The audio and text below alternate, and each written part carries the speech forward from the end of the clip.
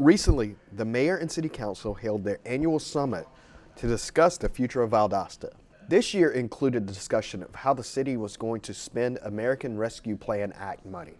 We spent 4 hours on discussion of the best way to do legacy projects, not just hand out money, but do legacy projects with that ARPA money and do the most good in a community that has so many needs. And listen, here's why it went so well. It went so well because we knew about it for so long, because they got to talk to people and ask and think about it, the intentional ways to utilize that money. Small businesses that were harmed during COVID is one group that will receive help. First thing we wanted to do was small business assistance.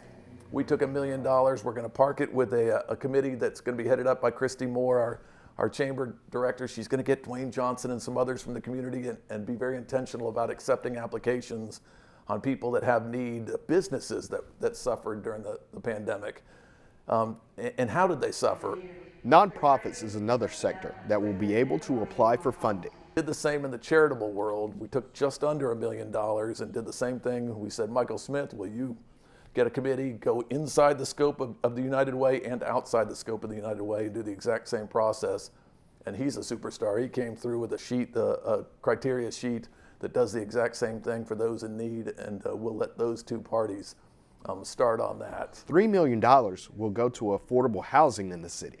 We took $3.3 million, and this is where it gets intentional, and we're going to do a housing project of about 180 units of affordable housing, and this is where it gets better. We're going to park some of it for the land purchase, but we're going to park the rest of it that gets paid back to the city of Valdosta in moderate rent, and then that allows us at the end of that to go and do another project and another project and another project. We're going to run it through our housing authority, and Mark Stalvey, he couldn't be more excited that we voted on that one. The council was unanimous on that project as well. A project supported by the mayor would bring a passenger train to Savannah Avenue, hoping to spur development in the southern portion of downtown. A revitalization project south of town on Savannah Avenue. The council fully seated bringing a light passenger rail train project into our downtown.